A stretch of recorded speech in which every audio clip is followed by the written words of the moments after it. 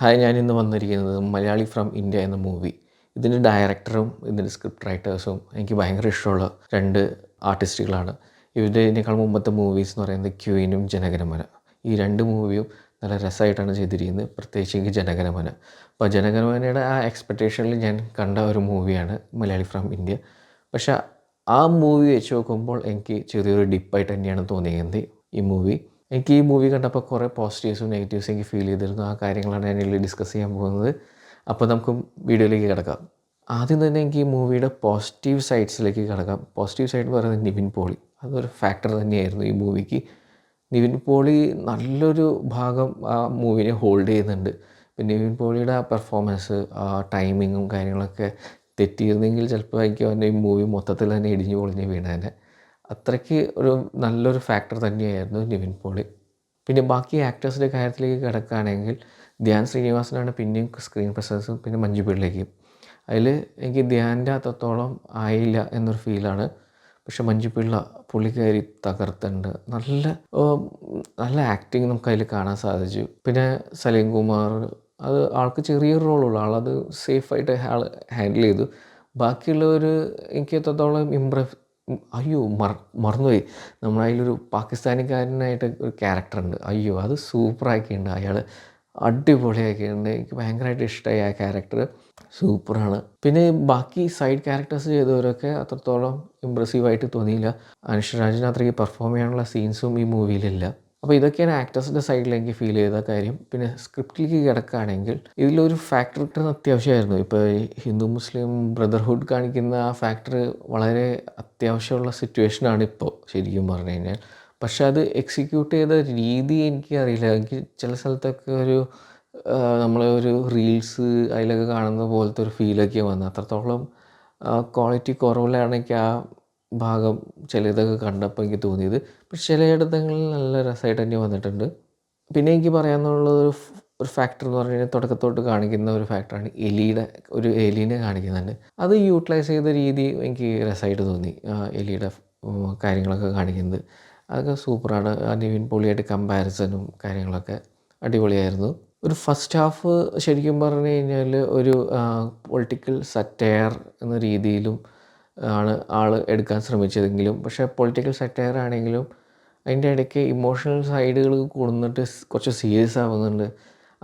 നമ്മൾ സീരിയസ് ആവണോ, ആ പൊളിറ്റിക്കൽ സറ്റയറിന് നമ്മൾ ചിരിക്കണോ എന്താണെന്നറിയില്ല. ഒരു മിക്സഡ് ഇമോഷൻ നമുക്ക് ഓഡിയൻസിന് കൊടുക്കുന്ന രീതിയിലായിരുന്നു ആ ഭാഗങ്ങളൊക്കെ എടുത്തിരുന്നത്. ടുവേഴ്സ് ദ സെക്കൻഡ് ഹാഫിലേക്ക് കടന്നപ്പോഴത്തേക്കും എനിക്കെന്തോ വേറൊരു പിക്ചറിലേക്കാണ് പോകുന്നത്. പക്ഷേ അവിടെ കുറച്ച് വലിച്ചു നീട്ടലുണ്ടെങ്കിലും പക്ഷേ എനിക്കത് വലിച്ചു നീട്ടൽ നല്ല ഭംഗിയായിട്ട് നമുക്ക് ആസ്വദിച്ച് പോയ പോലെ എനിക്ക് തോന്നിയത്. കാര്യം അതിനൊരു ഇമോഷൻ ഉണ്ടായുള്ളൂ. ആ ഇമോഷൻ നല്ല രസമായിട്ട് തന്നെയാണ് എക്സിക്യൂട്ട് ചെയ്തത്. പക്ഷേ ഫസ്റ്റ് ഹാഫിലേക്കുള്ള ഇമോഷൻ എന്ന് പറഞ്ഞാൽ ഭയങ്കര ജമ്പിങ് ആയിരുന്നു. ചില സ്ഥലത്ത് ക്രിഞ്ച് അടിക്കുന്നുണ്ടായിരുന്നു. ചില സ്ഥലത്ത് അവർ തമ്മിലുള്ള ഒരു കോമ്പിനേഷൻ, ആ പൊളിറ്റിക്കൽ സറ്റയറും സീരിയസ് സൈഡും അത് മിക്സ് ചെയ്ത് പോകുന്നത് അത് സുഖമായിട്ട് തോന്നിയില്ല. ഇപ്പുറത്തെ സെക്കൻഡ് ഹാഫിലാണെങ്കിൽ നമുക്ക് കുറച്ച് വലിച്ചു നീട്ടലാണ്, കുറച്ച് ട്രിമ്മി ആയിരുന്നു. പക്ഷേ ട്രിമ്മ് ചെയ്യുമ്പോൾ എനിക്ക് തോന്നുന്ന അവർ രണ്ടുപേരുള്ള അതിൽ മെയിൻ ക്യാരക്ടറായ പാകിസ്ഥാൻകാരനും ഇന്ത്യക്കാരൻ നമ്മളെ നിവിൻ പോളിയായിട്ടുള്ള അത് അത്രത്തോളം ഇമോഷണലി കണക്ട് ചെയ്യിപ്പിക്കാൻ പറ്റില്ലായിരുന്നു തോന്നുന്നു. പക്ഷേ ചിലയിടങ്ങളിൽ എനിക്ക് ഈ പറഞ്ഞ പോലെ തന്നെ ആടുജീവിതം 2ഉം ബജ്രംഗി ഭായ്ജാൻ്റെ അവിടേക്ക് ഒരു മസാല നമുക്ക് ഇവിടെ മുട്ടുന്ന പോലെ എനിക്ക് തോന്നി. പിന്നെ ഇതിൽ പറഞ്ഞ പോലെ തന്നെ റിപ്പീറ്റഡ് ടോപ്പിക്ക്, പക്ഷേ അത് നല്ലൊരു രസമായിട്ട് എടുക്കായിരുന്നു എന്നൊരു ഫീൽ വന്നു. ശരിക്കും പറഞ്ഞാൽ റെലവൻറ്റ് ടോപ്പിക്കാണ്. ഇതിനേക്കാളത്തെ മൂവീസിന് മുന്നിലുണ്ടായിരുന്ന ക്യൂനിലായാലും ജനഗണമനയിലും, പ്രത്യേകിച്ച് ജനഗണമനയിലൊക്കെ നല്ല രസമായിട്ട് തന്നെയാണ് കുറേ ടോപ്പിക്സ് അതിൽ ഹാൻഡിൽ ചെയ്യുന്നുണ്ട്. സോഷ്യൽ ഇഷ്യൂസ് ആയാലും അതിൽ പൊളിറ്റിക്കൽ ഇഷ്യൂ ആണെങ്കിലും പല കാര്യങ്ങൾ നല്ല രസമായിട്ട് തന്നെയാണ്. ഹ്യൂമാനിറ്റി അതൊക്കെ നല്ല ഫാക്ടറായിട്ട് തന്നെയാണ് ജനഗണമനയിൽ യൂട്ടിലൈസ് ചെയ്തത്. പക്ഷേ അതൊക്കെ അതുപോലെ തന്നെ എല്ലാം കുറേ ടോപ്പിക്സ് അതിലേക്ക് ഹാൻഡിൽ ചെയ്യാൻ ശ്രമിക്കുന്നുണ്ടെങ്കിലും അത് അത്രത്തോളം ഒരു അമച്വർ അത്രയ്ക്ക് രസമായിട്ട് തോന്നിയില്ല. അവന് അത്രയ്ക്ക് നല്ല മൂവീസ് എടുത്ത ഒരു ഡയറക്ടറുടെ നിന്നും സ്ക്രിപ്റ്റ് റൈറ്ററുടെ നിന്നും കിട്ടിയ ഒരു ഫാക്ടർ തോന്നിയില്ല ഈ മൂവി കണ്ടപ്പോൾ. പക്ഷെ ഞാൻ പറയുകയാണെങ്കിൽ നിവിൻ പോളിയെ നമ്മൾ ഇതിന്ന് എടുത്ത് മാറ്റുകയാണെങ്കിൽ ഈ മൂവി ശരിക്കും ഇടിഞ്ഞു പൊളിഞ്ഞു വീടാണ്.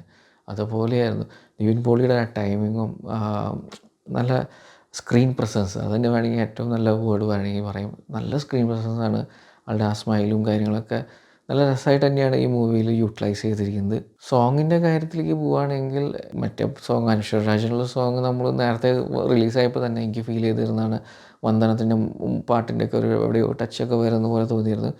അപ്പാർട്ട് ഫ്രം സോങ് ആക്ച്വലി എനിക്ക് ബാക്ക്ഗ്രൗണ്ട് സ്കോർ ഭയങ്കരമായിട്ട് ഇഷ്ടമായി. കാര്യം ആ മൂവീനെ ആ മ്യൂസിക് ഭയങ്കരമായിട്ട് അപ്ലിഫ്റ്റ് ചെയ്യുന്നുണ്ടായിരുന്നു. പിന്നെ ചില സോങ്സൊക്കെ ചെയ്തേക്കുന്ന രീതിയും രസമാണ്. പക്ഷേ അത് ഈ പറഞ്ഞ പോലെ തന്നെ പൊളിറ്റിക്കൽ സറ്റയറും സീരിയസും എല്ലാം ക്ലബ് ചെയ്തിട്ട് ആകെ മൊത്തം കൊളാക്കുന്ന പോലെയായിരുന്നു ഫസ്റ്റ് ഹാഫ്. മൊത്തത്തിൽ പറയുകയാണെങ്കിൽ ഈ മൂവി ആസ് സച്ച് ജസ്റ്റ് കണ്ടു കുഴപ്പമില്ല. കണ്ടിറങ്ങി കഴിയുമ്പോഴത്തേക്കും നമുക്ക് ടുവേർഡ്സ് ദി എൻഡൊക്കെ ക്ലൈമാക്സൊക്കെ കണ്ടു കഴിഞ്ഞ് നമ്മൾ പുറത്തേക്ക് ഇറങ്ങുമ്പോൾ കുഴപ്പമില്ല. പക്ഷേ അങ്ങനത്തെ ഒരു മൂവീസ് എന്ന് പറയുന്നത് നമ്മൾ പിന്നീട് ഓർക്കില്ല.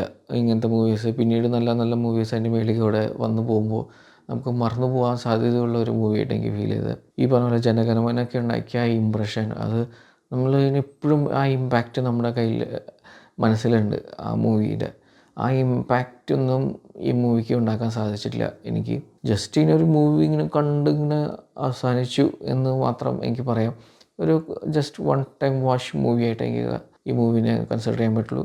ചിലയിടങ്ങളിൽ വലിച്ചു നീട്ടലും ചിലയിടങ്ങളിൽ ചെറിയ കോമഡികളും അങ്ങനെ കാര്യങ്ങളൊക്കെ. എനിക്ക് ഏറ്റവും പോസിറ്റീവ് നിവിൻ പോളി തന്നെ ടൈമിങ്ങിൻ്റെ കാര്യത്തിൽ സൂപ്പറായിരുന്നു. അപ്പോൾ ഇതൊക്കെയാണ് എനിക്ക് ഫീൽ ചെയ്ത ഫാക്ടേഴ്സ് ഈ മൂവി കണ്ടപ്പോൾ. നിങ്ങൾ ഈ മൂവി കണ്ടപ്പോൾ നിങ്ങൾക്ക് എന്താണ് തോന്നിയത്? ഇത് തന്നെയാണോ അല്ലെങ്കിൽ ഇതിൻ്റെ അഭിപ്രായമാണെന്ന് കമൻറ്റ് ബോക്സിൽ നിങ്ങൾ ഷെയർ ചെയ്യുക. നിങ്ങൾക്ക് ഈ വീഡിയോ ഇഷ്ടമാവുകയാണെങ്കിൽ ലൈക്ക് ചെയ്യുക, ഷെയർ ചെയ്യുക, സബ്സ്ക്രൈബ് ചെയ്യുക. ഇനി അടുത്ത വീഡിയോയിൽ കാണാം.